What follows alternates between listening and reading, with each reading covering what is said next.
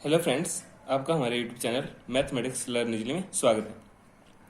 तो चलते हैं, बीएससी मैथमेटिक्स से अपने ग्रुप थ्योरी का टॉपिक स्टार्ट कर रखा था और अपने उससे रिलेटेड सब ग्रुप कोसेट्स आदि कई अपनों ने उसके ऊपर थ्योरम्स कर लिए हैं।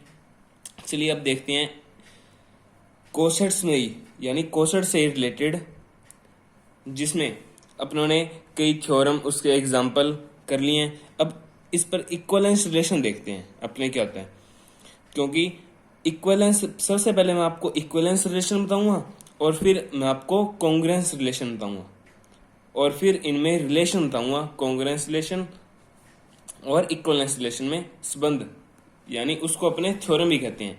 इक्वलेंस रिलेशन और कॉन्ग्रुएंस रिलेशन में मैं आपको संबंध यानी रिलेशन डिफाइन करूंगा और जो कि एक थ्योरम है।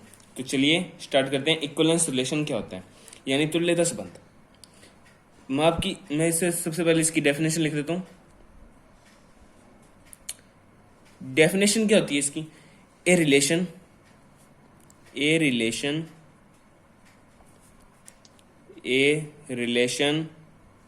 इस रिलेशन को ऑन ए नॉन एम्प्टी, इसे सिमिलर यानी इक्वलेंस रिलेशन भी कहते हैं, जिसे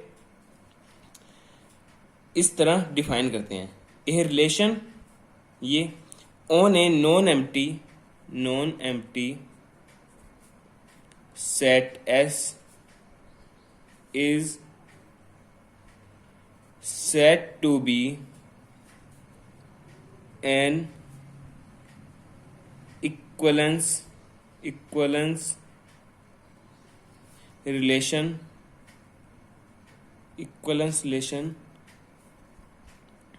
if and only if, यानी कोई सेट है एस, उसमें इक्वलेंस रिलेशन कब लगता है, मतलब किसी एस में a relation on a non empty set S, मतलब कोई अपने पास रिलेशन है और सेट है, सेट पर रिलेशन लग रहा है, तो उसे इक्वलेंस रिलेशन कब कहते हैं? अपने पास कोई एक नॉन एम्प्टी सेट है, यदि उस पर ये रिलेशन अपने लगाते हैं तो उसे इक्वलेंस रिलेशन कब कहते हैं? इसकी if and only if condition है, यानी दोनों तरफ से ट्रू है ये। तो फर्स्ट क्या है? इट्स रिफ्लेक्सिव, यानी रिफ्लेक्सिव होगा, यानी ये जो सा सेट है, सेट एस, ये रिफ्लेक्सिव होगा। रिफ्लेक्सिव का मीनिंग क्या होता है? रिफ्लेक्सिव का मीनिंग ये होता है, यदि अपने पास कोई ए एलिमेंट और एनी टू एलिमेंट, वो अपने से एस में से है कोई सेट, जो सा अपने सेट लिया एस, तो रिफ्लेक्सिव का मीनिंग यह होता है, वो जो सा एलिमेंट है वो अपने खुद के एलिमेंट के साथ ही रिलेट होता है, यानी ए अपने खुद के एलिमेंट के साथ ही रिलेट होता है। इसे और एक सिंबल, यानी ए इक्वलेंस है ए के, यानी ए से रिलेटेड है, इसे इस तरह पढ़ते हैं, यानी इसके दो सिंबल हैं, इस तरह इसको डिफाइन करते हैं। इसे कहते हैं रिफ्लेक्सिव। अपने करते हैं सेकंड होता है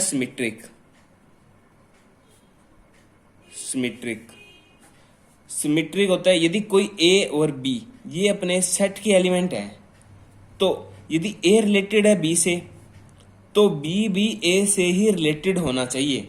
for all A and B belongs to S, मतलब ए और बी प्रत्येक एस के एलिमेंट के लिए यदि ए बी से रिलेटेड है तो बी भी आर से रिलेटेड होना चाहिए। इसे सिमिट्रिक कहते हैं। तो थर्ड देखते हैं। थर्ड कंडीशन क्या है? थर्ड कंडीशन इक्वलेंस होने के लिए ट्रांजिटिव होना जरूरी है, यानी एस है अपने पास, ये इक्वलेंस रिलेशन कब होगा? तब जब अपने पास ये तीनों स्टेटमेंट प्रूव होंगी। Third is transitive.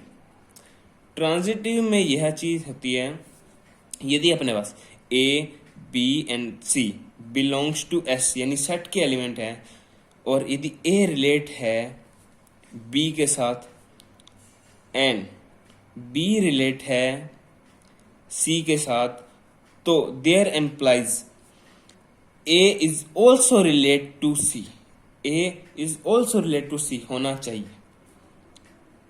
For all A B and C belongs to S, यानी एस के एवरी एलिमेंट के लिए। ओके, तो हम इसे क्या कहते हैं, इक्विवेलेंस रिलेशन कहते हैं। ये थी इक्विवेलेंस रिलेशन। अब मैं आपको डिफाइन करता हूं कॉन्ग्रुएंस रिलेशन।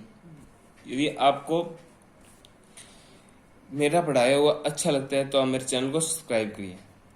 ओके, तो चलिए रिपीट कर देता हूं मैं। इक्विवेलेंस रिलेशन का यानी तुल्यता संबंध, जिसमें यदि सेट एस है, ये इक्विवेलेंस रिलेशन कब डिफाइन करेगा, जब ये तीन चीज सेटिस्फाई होंगी, जब इसमें थ्री टाइप सेटिस्फाई होंगी, यानी रिफ्लेक्सिव, सिमेट्रिक, ट्रांजिटिव। ये मैंने आपको समझा दिया है। अब देखते हैं अपने congruence relation. Congruence relation, congruence relation क्या होता है? कॉन्ग्रुएंस रिलेशन देखते हैं अपने। सबसे पहले मैं आपको डायग्राम से समझाना चाहता हूं। कॉन्ग्रुएंस रिलेशन है जैसे ये कोई एक ग्रुप है, ये एक कोई ग्रुप है जी एक ग्रुप है, और उसका एक कोई सब ग्रुप है एच, और जी में से अपने कोई एनी एलिमेंट और एलिमेंट हो सकते हैं। ठीक है, सबसे ये जरूरी है जी बी ए ग्रुप और H be a subgroup. ठीक है, define a relation on G for A and B belongs to G, यानी ए और बी के लिए अपने एक रिलेशन डिफाइन करेंगे तो उसे, तो चलिए मैं बता देता हूं मैं। A congruence B modulo H, ये इस पर डिफाइन कब होगा, यानी कॉन्ग्रुएंस रिलेशन ए कॉन्ग्रुएंट है बी मॉडुलो एच के।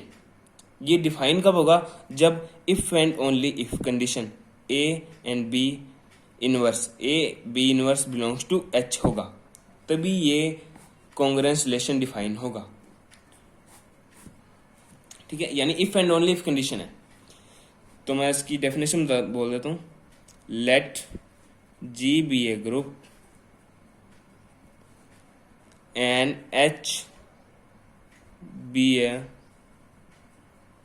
सब ग्रुप ऑफ जी एक ग्रुप है और एच उसका क्या है, सब ग्रुप है, जी का ही सब ग्रुप है। ठीक है, define a relation on G for A and B belongs to ji.